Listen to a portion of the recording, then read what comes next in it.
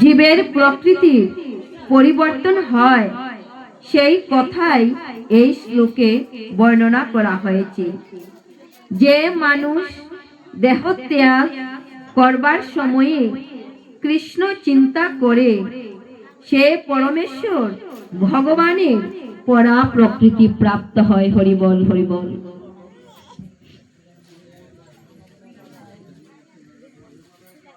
কিন্তু এই কথা ঠিক নয় যে শ্রীকৃষ্ণ ব্যতীত অন্য কিছু চিন্তা করলেও সেই একই পরা প্রকৃতি প্রাপ্ত হওয়া যায়। এই বিষয়টি আমাদের অত্যন্ত সতর্কতার সঙ্গে অনুধাবন করতে হবে।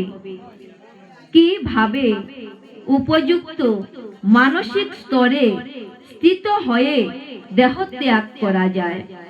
এক মহান ব্যক্তি হয়েও মৃত্যুর সময় মহারাজ ভরত হরিণের কথা চিন্তা করেছিলেন।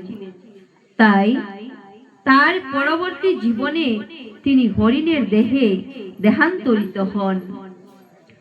হরিণ রূপে জন্মগ্রহণ করা সত্ত্বেও মহারাজ ভরত তার পূর্বজন্মের কথা স্মরণ করতে পেরেছিলেন, কিন্তু তাকে পশুর দেহ গ্রহণ করতে হয়েছিল।